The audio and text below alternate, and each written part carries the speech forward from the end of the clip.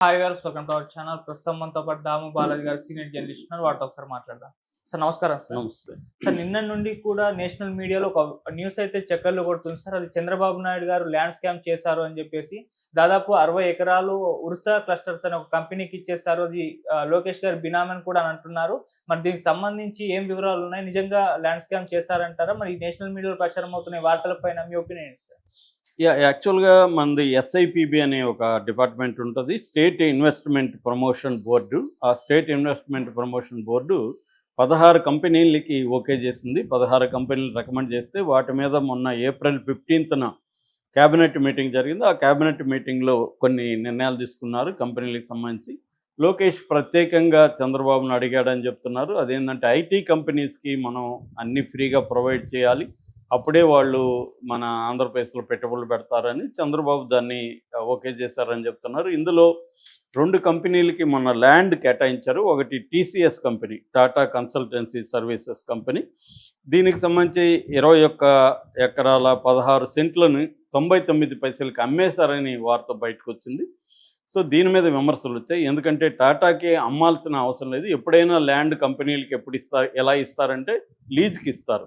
ఎందుకంటే అమ్మేస్తే ఏమవుతుంది, రేపు వాళ్ళు కంపెనీ మూసేస్తారు. కంపెనీ మూస్తే ల్యాండ్ మిగులుతుంది. 20 ఎకరాలు రేపు 50 ఏళ్ల తర్వాత, 100 ఏళ్ల తర్వాత అమ్ముకుంటే అవి వేల కోట్లు డబ్బులొస్తాయి వాళ్ళకి.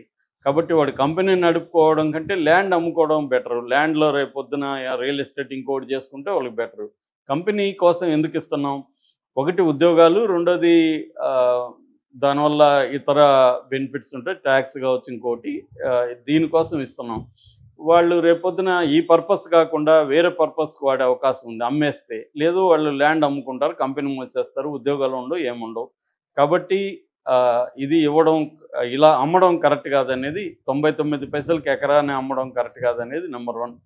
2, టాటా కన్సల్టెంట్ అంటే టాటా గ్రూపు 50,000 కోట్ల ప్రాఫిట్ చూపించిన గ్రూప్ అది. 50,000 కోట్ల ప్రాఫిట్ ఉన్న ఒక కంపెనీకి ఎకరాకి 99 పైసలు అమ్మడం అనేది అవసరమా? అది వేల కోట్ల విలువ చేసే భూమి. వేల కోట్ల విలువ చేసే భూమిని నామినల్‌గా దాన్ని ఆల్మోస్ట్ ఫ్రీగా ఇచ్చేసినట్టే. 99 పైసలు అంటే అదేమన్నా లెక్కన? రూపాయి కూడా లేదు. సో నామినల్‌గా ఇచ్చేసినట్టే. సో దానికి అవసరమా? అంత అవసరమా? వాళ్ళతో ఎలాంటి ఒప్పందాలు చేసుకున్నారు? ఉద్యోగాలు రేపు ఇవ్వకపోతే ఏంటి? పైగా టీసీఎస్‌లో ఏందంటే ఎంట్రీ లెవెల్‌లో 25,000 లోపలే జీతాలు ఉంటాయి. పెద్ద జీతాలు కూడా ఉండవు. సో ఎందుకు ఇలా ఇస్తున్నారనేది నెంబర్ 1 టీసీఎస్‌లో. అంతకంటే కూడా ప్రధానంగా ఇప్పుడు రచ్చ జరుగుతుండేది ఉర్సా క్లస్టర్స్ ప్రైవేట్ లిమిటెడ్ అనే ఒక సంస్థ. ఈ ఉర్సా క్లస్టర్స్ ప్రైవేట్ లిమిటెడ్ అనేది దానికి దాదాపు 60 ఎకరాలు, అంటే ఎగ్జాక్ట్‌గా చెప్పాలంటే 59 ఎకరాల 60 సెంట్లు, దానికి కూడా 99 పైసలకి ఇచ్చేశారని వార్త బయటకొచ్చింది. అయితే ఇక్కడ ఒక తేడా మనం చూస్తే టీసీఎస్‌కి సంబంధించి జీవో బయటకొచ్చింది కానీ ఈ ఉర్సాకు సంబంధించి జీవో ఏమీ బయటికి రాలేదు. అఫీషియల్‌గా ఎవరు కూడా అనౌన్స్ చేయలేదు. కానీ దీనికి ఇస్తున్నాము, ఈ 2 సెలెక్ట్ చేసామని మాత్రం క్యాబినెట్ మీట్లో నుంచి బయటకు వచ్చిన వార్త. దీని మీద మొదట స్పందించింది కేశినేని నాని, ఎక్స్ఎంపీ విజయవాడ. ఆయన స్పందించి చంద్రబాబుకి లేఖ రాశాడు. ఆయన టీసీఎస్కి మీరు ఇవ్వడం అభినందనీయమే, ఎందుకంటే పెట్టుబడులు రావాలి ఆంధ్రప్రదేశ్కి, కాబట్టి మీరు చేస్తున్న దాన్ని నేను శ్లాఘిస్తున్నాను, అప్రిషియేట్ చేస్తున్నాను. కానీ మీరు ఉర్సాకి ఇవ్వడం కరెక్ట్ కాదు. ఎందుకంటే ఉర్సా కంపెనీ డైరెక్టర్లో ఒకరుగా ఉంటున్న సతీష్ అబ్బూరి ఎవరో కాదు, కేశినేని చిన్ని, ఇప్పుడు present MP, Telugu Desam MP Kesineni చిన్నికి ఇంజనీరింగ్ క్లాస్మేటు. గతంలో వాళ్ళిద్దరూ కలిసి 21st సెంచరీ ఇన్వెస్ట్మెంట్ ప్రాపర్టీస్ అని ఒక కంపెనీ పెట్టారు. ఆ కంపెనీ అనేక మంది దగ్గర కోట్లాది రూపాయలు వసూలు చేసి టికానా ఎత్తేశారు. వాళ్ళ ఆ కోట్లాది రూపాయలు ముంచేశారు వాళ్ళని. అలాంటి కంపెనీలో ఉన్న ఈ సతీష్ అబ్బూరికి మీరు 60 ఎకరాలు ఇలాగ ఇచ్చేయడం అనేది కరెక్ట్ కాదు. పైగా ఆ కంపెనీ ఏర్పడే 2 నెలలు కూడా కాలేదు. రిజిస్ట్రేషన్ 2 నెలలకు ముందే అయింది. దానికి ఏ రకమైన ట్రాక్ చరిత్ర లేదు. దాని తర్వాత ఆఫీస్ కూడా లేదు దానికి. అలాంటి దానికి మీరు ఎందుకు ఇచ్చారు అనేది ఈయన లేవనెత్తిన అంశం. వేలాది కోట్ల రూపాయల విలువైన భూమిని దానికి మీరు దారాదత్తం చేస్తున్నారు, ఇది కరెక్ట్ కాదని చెప్పారు. దీని తర్వాత బీబీసీ, ద వైరు ఇలాంటి సంస్థలు రంగంలో దిగే వాళ్ళు పరిశోధనలు చేశారు. అసలు ఈ కంపెనీ ఎవరిది, వీళ్ళకి అమెరికాలో ఎలాంటి అనుబంధం ఉంది, అక్కడ ఏం కంపెనీలు వీళ్ళకు ఉన్నాయి, అసలు ఈ కంపెనీకి ఇవ్వడం కరెక్టా కాదా అనేది బీబీసీ కానీ ద వైర్ లాంటి వాళ్ళు డీటెయిల్గా చేశారు. అమెరికాలో ఉన్న కంపెనీ అడ్రస్కి కూడా ద వైర్ స్టాఫ్ వెళ్ళి చూసామని చెప్తున్నారు.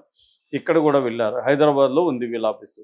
సో అసలు ఏంటి కంపెనీ, ఈ Ursa clusters private limited company ఏంటి, వాళ్ళు ఎందుకు పెట్టుకున్నారు, ఏం చేయబోతున్నారు అంటే, ఉర్సా క్లస్టర్ ప్రైవేట్ లిమిటెడ్ అనే కంపెనీ మనం కానీ చూస్తే మినిస్ట్రీ ఆఫ్ కార్పొరేట్ అఫైర్స్ సైట్లో వీళ్ళ డీటెయిల్స్ ఉన్నాయి. ఫిబ్రవరి 12, 2025లో వీళ్ళు రిజిస్ట్రేషన్ చేసుకున్నారు. దీంట్లో డైరెక్టర్లుగా సతీష్ అబ్బూరి అండ్ విజయ్ కుమార్ పెందుర్తి వీళ్ళిద్దరు డైరెక్టర్లుగా ఉంటున్నారు. సో వీళ్ళ ఆఫీసు చూస్తే 705 యాక్తాబ్ బేసిన్ హైట్స్ కొత్తగూడ, హైదరాబాదు వీళ్ళ అడ్రస్సు. అది ఆఫీస్ కాదు, ఇల్లు. అక్కడ ఇల్లు తప్ప అది ఆఫీస్ కాదు. ఆ అపార్ట్మెంట్ మొత్తం కూడా 28 ఫ్లాట్లు ఉన్నాయి, 7 ఫ్లోర్లు ఉన్నాయి. ఒక ఫ్లోర్కి 4 త్రిబుల్ బెడ్రూమ్ హౌసెస్ ఉన్నాయి.